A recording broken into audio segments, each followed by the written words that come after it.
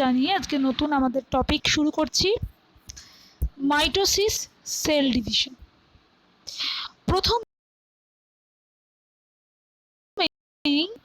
আমরা জানি যে কোষ কোষ হচ্ছে এমন একটা জিনিস আমাদের দেহের গঠনগত একক বা ইউনিট অফ আওয়ার লাইফ বলা চলে। অ্যাকচুয়াল কোষ ভাবতেও অবাক লাগে না যে আমরা খালি চোখে দেখতে পাই না, ছুঁতে পারি না, অথচ এই কোষ কিন্তু আমাদের প্রত্যেকটা কিন্তু অবস্থান করছে, প্রত্যেকটা জায়গায় লক্ষ লক্ষ কোষ আমরা যাদেরকে দেখতে পাই না। আর সেই কোষগুলো অনবরত প্রচুর অর্গানেল নিয়ে তৈরি, যেমন কোষ থাকে nucleus, mitochondria, Golgi body, endoplasmic reticulum, আরও অনেক। এবং এই পার্টিকুলার কোষগুলো ঠিকমতো কাজ করলে তবে আমাদের বডি কাজ করবে। তো আরও একটা মজার বিষয় যেটা জানলে তোমাদের অবাক লাগবে, যে এই কোষই যখন আমরা প্রথম মায়ের পেটে ভূমিষ্ঠ হলাম তখন কিন্তু আমরা একটা কোষ ছাড়া কিছুই ছিলাম না। একটা খালি চোখে দেখা যায় না এরকম একটা কোষ, যে কোষ থেকে কিন্তু আস্তে আস্তে আস্তে আস্তে আমরা এত বড় হয়েছি। শোন না, ইন্টারেস্টিং না? তো আমাদের জানতে ইচ্ছা করে তো যে কোষগুলো কিভাবে বাড়লো। তো সেইটা বাড়ার জন্য একটা প্রসেস আমাদের দেহকোষে যেটা হয়, মাইটোসিস। মাইটোসিস পড়ার আগে আর একটা জিনিস তোমাদের বুঝতে হবে, যে দেখো আমাদের মা যদি বলে যে নাও বাবু একটা বিস্কুট নাও, তোমরা দুই ভাই বোন মিলে ভাগ করে খাও, তো আমরা বিস্কুটটা যে গোটা অংশটা থাকে সেটা আমরা দুভাগ করে হাফ আমি খাই, হাফ আমার ভাই বা বোনকে দিই। কিন্তু এখানে আমি এটাকে সেল ডিভিশন বলছি, অর্থাৎ কোষ বিভাজন বললেও এটা একটা সুন্দর ব্যাপার, যে দেখো একটা কোষ তার যে অ্যামাউন্ট অফ ক্রোমোসোম বা নিউক্লিয়াস ছিল, ক্রোমোসোম ছিল, সেই অ্যামাউন্টটি কিন্তু তারা দুজনে ভাগ করছে। অর্থাৎ আমার মতো আর একটা ক্লোন তৈরি হচ্ছে, একই রকম দেখতে, একই রকম সমস্ত জিনিসপত্র যুক্ত, মাথা, হাত, পা, সমস্ত সেম জিনিসপত্র নিয়ে আমি একই রকম একটা অর্গানিজমকে তৈরি করছি। এইটাই হচ্ছে সেল করছে। অর্থাৎ দেখো, যখন আমরা মায়ের কাছ থেকে যখন ধরো দুই সন্তান জন্মাচ্ছে, তখন কিন্তু মাও প্রেজেন্ট থাকছে, দুই সন্তানও প্রেজেন্ট থাকছে। কিন্তু সেলের যে মা, সে কতটা স্যাক্রিফাইস করছে, সে নিজেই কিন্তু ভেঙে গিয়ে দুটো ইকুয়াল অ্যামাউন্ট অফ জিনিসপত্রযুক্ত দুটো সেল তৈরি করছে। সো কোয়াইট ইন্টারেস্টিং না? চলো আমরা সেল ডিভিশন একটু পড়ি।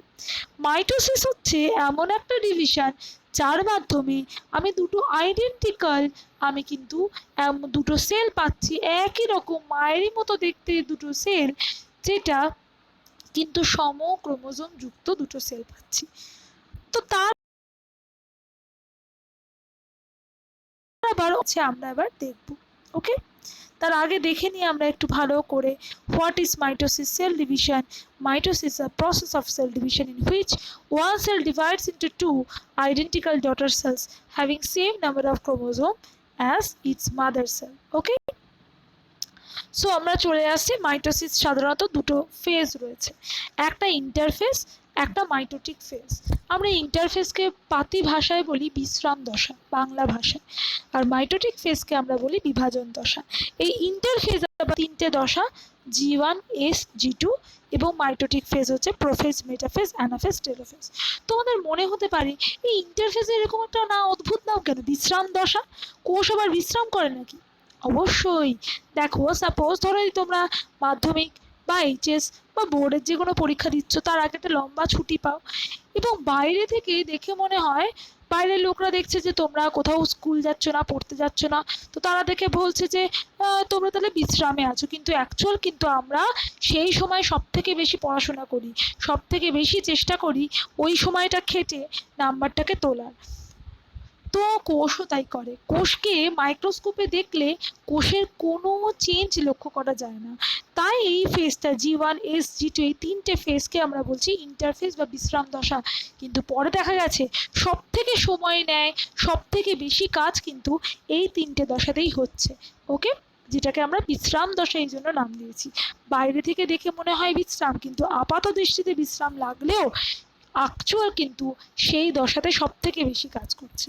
এবং মাইটোটিক দশা কিন্তু prophase, metaphase, anaphase, telophase.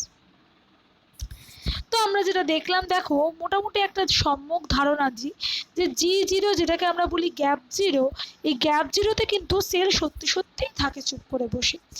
G1 হচ্ছে growth, preparation for DNA synthesis. S DNA replication. G2 preparation of mitosis growth and metaphase, prophase, metaphase, anaphase, telophase. দেখো তোমায় সাপোজ একটা মাছ রান্না করতে বলেছে, তাহলে মাছ রান্না করতে গেলে প্রথম যেটা দরকার, তরকারি, সবজি, মাছ রান্না করতে গেলে যে তেল, নুন, মাছ, পেঁয়াজ, রসুন যেগুলো দরকার সেগুলোকে কিনতে হবে। তাহলে ফার্স্ট আমরা বলছি G1 দশা, যেটা হচ্ছে প্রিপারেটরি দশা, অর্থাৎ আমি একটা কাজ করার জন্য সেই দশায় আমার প্রিপারেশন হচ্ছে, জিনিসপত্র সেই সময় তৈরি হচ্ছে। নাও এস দশা, দ্যাট ইজ সিনথেসিস দশা। এই সময় কিন্তু দেখো আমার একটা মাথা থাকলে হবে? আমি যদি আমার মতো আরেকটা মানুষকে তৈরি করতে চাই, আমার দুটো মাথা থাকতে হবে। তাহলে অর্থাৎ এই দশাটা হচ্ছে সিনথেসিস দশা, অর্থাৎ রেপ্লিকেশন দশা। তাহলে এই দশায় কিন্তু আমরা মাছটাকে রান্না করব। ওকে, নাও হচ্ছে G2 দশা, যেমন মিষ্টি সব মাছটাকে আমি একবার পরিবেশন করতে পারবো তো? পরিবেশনের আগে একটা লাস্ট তদারকি করে নিচ্ছে। তো আমরা পাতি ভাষায় বলতে পারি G1, S আর G2 তিনটে দশা কিন্তু না হলে আমরা কিন্তু পরিবেশন করতে পারবো না। এবং এম ফেসটা ধরো, মাছটা আমি খেয়ে বিভিন্ন রকমের মন্তব্য করলাম, ভালো হয়েছে, বা আমি পরিবেশন করে সবাইকে দিলাম। তার আগে আমায় কতটা কাজ করতে হয়েছে। তো এখানেও কোষ বিভাজনটাও একটা প্রিপারেটরি দশার মতো। অর্থাৎ এবং মনে রাখবে এই প্রত্যেকটা G1 S এর মাঝখানে, S G2 এর মাঝখানে প্রত্যেকটা জায়গায় কিন্তু চেক পয়েন্ট থাকে, চেক পয়েন্ট। এই চেক পয়েন্টের কাজ কি? যদি G1 দশায় কমপ্লিটলি গ্রোথ ঠিকমতো যদি না হয়, সব কিছু প্রিপারেশন না হয়, তাহলে কিন্তু কোষ এস দশায় যেতে পারবে না। চেক পয়েন্ট তাকে আবার আগের দশায় ফিরিয়ে দেবে। যেমন ধরো আমি মাছ রান্না করতে যাব, মাছের জন্য তরকারি কিনলাম, কিন্তু বাড়ি এসে দেখলাম মাছটাই কিনতে ভুলে গেছি, আবার আমাকে বাজারে যেতে হবে। তো এই চেক পয়েন্টটি হচ্ছে আমাকে আবার বাজারে নিয়ে যাচ্ছে, অর্থাৎ আবার আগের দশায় ফিরিয়ে আনছে। অর্থাৎ সে যদি ঠিকঠাক না কাজ করে, তখনই কিন্তু আনকন্ট্রোলড সেল প্রলিফারেশন হবে, that can cause cancer. So এই চেক পয়েন্ট কিন্তু ভীষণ মাত্রায় জরুরি। আমরা পরে আস্তে আস্তে সব জিনিস নিয়ে আস্তে আস্তে ডিটেলসে আলোচনা করব। তো তোমাদের মনে হবে যে ইন্টারফেসে তাহলে আলটিমেটলি হচ্ছেটা কি? What is interface and why is it so important? Yes, it is important because it is the preparatory phase that cause cell doubles in size, সেলের সাইজ ডাবল হয়ে যাচ্ছে, ডিএনএ কিন্তু দুটো তৈরি হচ্ছে, রেপ্লিকেট করছে, অর্গানেলও কিন্তু ডাবল হচ্ছে। তাহলে আমি যদি একটা নতুন সেল তৈরি করি, নতুন সেলের অর্গানেল তো রাখবো, একটা extra mitochondria, extra Golgi, extra endoplasmic reticulum, সব কিছুই এক্সট্রা লাগবে। সো এইখানে কিন্তু অর্গানেল ডাবল হচ্ছে। নাও আমরা দেখি একটু প্রত্যেকটা দশার একটা প্রিলিমিনারি ধারণা দেখি। দেখো ফার্স্ট অফ অল আমরা আসছি গ্যাপ 1 দশা, অর্থাৎ এই দশাটা।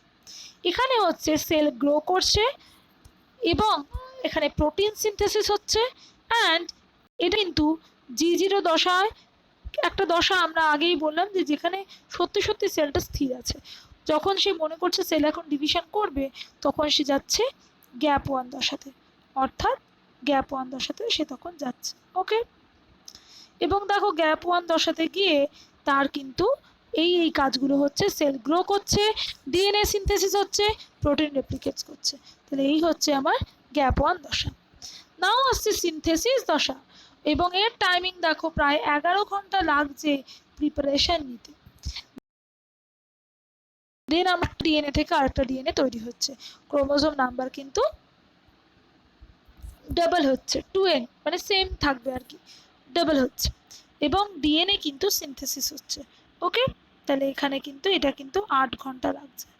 আর নাও দেখো গ্যাপ 2 দশাতে কি হচ্ছে, যে সেল রিজিউম ইজ গ্রোথ, আবার গ্রোথ করছে, মাইটোকন্ড্রিয়া ডিভাইড হচ্ছে, এবং আলটিমেট দেখছে যে এটা মেম দশায় মাইটোসিসে যাবে কিনা। যদি সব ওকে থাকে দেন অবশ্যই। তো দেখো 11 + 8 + 4 12 13 14 15 16 17 18 19 20 21 22 23, অর্থাৎ 23 আওয়ার্স কিন্তু আমার ইন্টারফেজে লাগছে। আর মাত্র টোটাল সেল সাইকেলের সময় লাগে 24 ঘন্টা, তার মধ্যে ইন্টারফেজ কিন্তু প্রায় 23 ঘন্টা কাটাচ্ছে, আর মাত্র মাইটোটিক ফেজ কিন্তু 1 ঘন্টায় পুরো জিনিসটা হয়ে যাচ্ছে। So this is the stages of interphase. Okay, নাও আমরা ঢুকছি মাইটোটিক ফেজে। দেখো সেল কিভাবে আস্তে আস্তে আস্তে আস্তে ডিভিশন করব আমরা সেখানে আসবো। প্রথম হচ্ছে প্রোফেজ। প্রোফেজে দেখো কি হচ্ছে, ফার্স্ট অফ অল একটা সেল যখন ছিল, সেল কিন্তু ক্রোমোজোমগুলো কনডেন্স ছিল, সেখান থেকে কিন্তু অ্যাকচুয়াল ক্রোমোজোম শেপে কিন্তু সেলটা আসতে শুরু করেছে এবং আস্তে আস্তে কিছু স্পিন্ডেল ফাইবার তৈরি হয়েছে। নিউক্লিয়ার যে পর্দাটা সেটা কিন্তু ডিজেনারেট হচ্ছে, অর্থাৎ নিউক্লিয়ার মেমব্রেন ডিজেনারেট হচ্ছে, নিউক্লিওলাসও ডিজেনারেটেড হচ্ছে এবং ক্রোমাটিন কনডেন্স হয়ে কিন্তু ক্রোমোজোম লাইক স্ট্রাকচার তৈরি করছে। সেলের মধ্যে চেঞ্জগুলো লক্ষ্য করো। নাও মেটাফেজ, অর্থাৎ দেখো স্পিন্ডেল ফাইবার তৈরি হচ্ছে, this is the spindle fibre, যে এবং ক্রোমোজোমগুলো মাঝ বরাবর চলে এসছে, মেটাফেজ, তাই জন্য এটাকে বলছে মেটা, অর্থাৎ মিডলে চলে এসছে। এবং দেখো সেন্ট্রিওল বা সেন্ট্রোজোম কিন্তু এই সেন্ট্রোজোম কিন্তু ক্রোমাটিন ফাইবারগুলোকে রাখছে এবং তার অ্যাটাচমেন্টটা কিন্তু হচ্ছে কাইনেটোকার প্রোটিনে। কাইনেটোকোর বলে একটা প্রোটিন আছে, তোমাদের দেখাচ্ছি। দেখো এই যদি একটা ক্রোমোজোম হয়, ক্রোমোজোমের সেন্ট্রোমিয়ার যদি হয়, সেন্ট্রোমিয়ারের উপরে কিন্তু থাকে কাইনেটোকোর প্রোটিন। সেন্ট্রোমিয়ারের উপরে কিন্তু থাকে একটা প্রোটিন যেটাকে আমরা বলে থাকি কাইনেটোকোর প্রোটিন, এবং সেইখানেই কিন্তু সেন্ট্রো স্পিন্ডেল ফাইবারগুলো অ্যাটাচ হচ্ছে।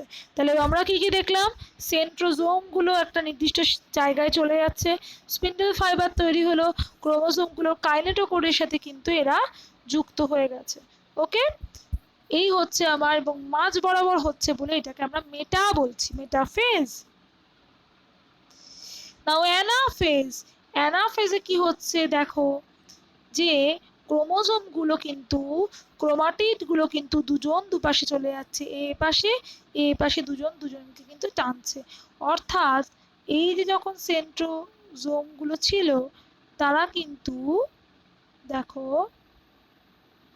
ক্রোমাটিডগুলোকে কিন্তু টেনে নিচ্ছে নিজের কাছে, এইদিকে এইদিকে, এটাকে আমরা বলছি অ্যানাফেজ। তাহলে বুঝতে পারছো অ্যানাফেজ জিনিসটা কি। নাও আসছি আমরা আলটিমেট টার্ম, যেটা হচ্ছে টেলোফেজ অ্যান্ড সাইটোকাইনিন। টেলোফেজে আবার দুটো ক্রোমাটিড দুপাশে চলে গেল এবং তারা আবার একটা ক্রোমোজোম শেপ তৈরি করলো, এবং দেখো এই অবধি যে টেলোফেজ, এবার কিন্তু আমার একটা সেল আর আমার কিন্তু দুটো নিউক্লিয়াস তৈরি হয়ে গেছে। নাও কি হবে, একটা ক্লিভেজ ফারও তৈরি হবে। যদি প্ল্যান্ট সেল হয় তাহলে দুটো কোষের মাঝখানে একটা সেল প্লেট তৈরি হবে। ধরো এখানে ক্রোমোজোম, এখানে ক্রোমোজোম, সেল প্লেট তৈরি হয়ে সেল দুটো আলাদা হয়ে যাবে। কিন্তু যেহেতু এটা অ্যানিমাল সেলের ক্ষেত্রে কিন্তু একটা ক্লিভেজ ফারও তৈরি হবে, এবং প্রথমে যে আমরা এতক্ষণ ধরে মেটাফেজ, অ্যানাফেজ, টেলোফেজ বললাম, এগুলোকে বলা হয় ক্যারিওকাইনেসিস। ক্যারিও কথাটার মানে হচ্ছে নিউক্লিয়াস, তাহলে নিউক্লিয়াস বিভাজন, অ্যান্ড তারপরে হচ্ছে সাইটোকাইনেসিস, অর্থাৎ সাইটোপ্লাজম কিন্তু এভাবে বিভাজিত হতে হতে হতে হতে হতে হতে দুটো সেল তৈরি হচ্ছে, এবং ইতিমধ্যে আবার আগের অবস্থায় নিউক্লিয়ার পর্দা, নিউক্লিওলাস, সেগুলো আবার তৈরি হয়ে এখান দিয়ে ডিভিশন হয়ে কিন্তু নতুন দুটো সেল তৈরি করছে। This is the telophase. So দেখো আমরা পুরো ব্যাপারটাকে কি সুন্দর সাজিয়ে এখানে দেখেছি।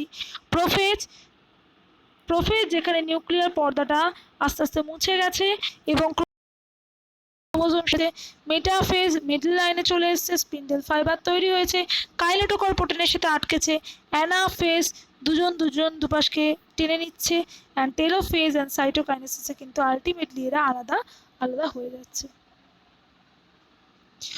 সো মাইটোসিসটা আশা করি তোমরা বুঝতে পেরেছো। প্রত্যেকটা স্টেপ খুব সোজা এবং সেলের জন্য এটা ভীষণভাবে ইম্পর্টেন্ট। তো তাহলে আমরা মাইটোসিস আজকে দেখলাম, তার ফেজ বুঝলাম, প্রত্যেকটা ফেজের টাইমিং, প্রত্যেকটা ফেজের কাজ, কিভাবে সেল ডিভিশন করছে, এটা কমপ্লিটলি সেলটা কি করে ডিভিশন হচ্ছে আমরা দেখতে পাচ্ছি। Prophase, metaphase, anaphase and telophase. So বন্ধুরা, আজকে আমরা সব স্টুডেন্টরা আজকে যারা প্রিলিমিনারিভাবে সেলটাকে বুঝতে চাইছো তাদের জন্য এই মাইটোসিস সেল ডিভিশনটা আজকে দেওয়া, এবং তোমরা অবশ্যই যুক্ত থাকো। আস্তে আস্তে আমরা কিন্তু সেলস সাইকেল মডিউলটাকে একদম প্রিলিমিনারি লেভেল থেকে একেবারে আপার লেভেলে চলে যাব। So let see. এবং বায়োলজিকে ভালোবাসো, সাবজেক্টকে ভালোবাসো, প্রত্যেকটা সাবজেক্টই কিন্তু একটা করে খনি। তো এই খনি থেকে তোমাদের কিন্তু ধাতু বা হিরেটাকে তোমাদের তুলতে হবে। সো সাবজেক্টকে ভালোবাসো, ভালোবেসে পড়ো, দেখবে সেই থ্রি ইডিয়টের ডায়লগের মতো সাবজেক্টে সাকসেস তোমার পিছনে দৌড়াবে, তোমাকে সাকসেসের পিছনে দৌড়াতে হবে না। So always stay home, always stay home for এই পিরিয়ডটার জন্য, করোনা ভাইরাস পিরিয়ডটার জন্য আই থিঙ্ক এই পিরিয়ড কেটে যাবে, তোমরা আবার সবাই বেরোতে পারবে। কিন্তু পড়াশোনাটাকে চালিয়ে রেখো, ফোনে বিভিন্ন গ্যাজেটের মাধ্যমে পড়াশোনা চালিয়ে রাখো। সো জ্ঞান কিন্তু বন্ধ হবে না। So always be safe, stay home and home study 24/7 always তোমাদের সাথে আছে। Thank you so so much.